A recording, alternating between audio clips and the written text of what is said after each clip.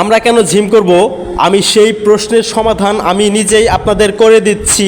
আপনারা দেখতে পাচ্ছেন আমার সামনে পিছনে ডানে বামে অসংখ্য লোকের ভিড়, এবং এরা কিন্তু প্রত্যেকেই এক একজন রোগী, অর্থাৎ সবাই ডাক্তার দেখাতে কিন্তু হাসপাতালে এসেছে। আপনারা কল্পনাও করতে পারবেন না প্রতিদিন কত রোগীর সংখ্যা হাসপাতালে বাড়তেছে।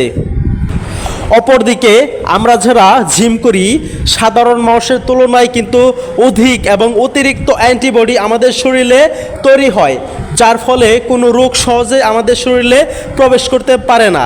আপনারা সবসময় একটা কথা মনে রাখবেন, টাকা পয়সা সয় সম্পত্তির ভাগিদারের কিন্তু অভাব নেই, কিন্তু আপনার রোগ ভাগ করে নেবে পৃথিবীতে আপনি এমন একজনও পাবেন না যে আপনার রোগ ভাগ করে নেবে। অর্থাৎ নিয়মিত ব্যায়াম করুন এবং জিম করুন, সুস্থ থাকুন, ভালো থাকুন।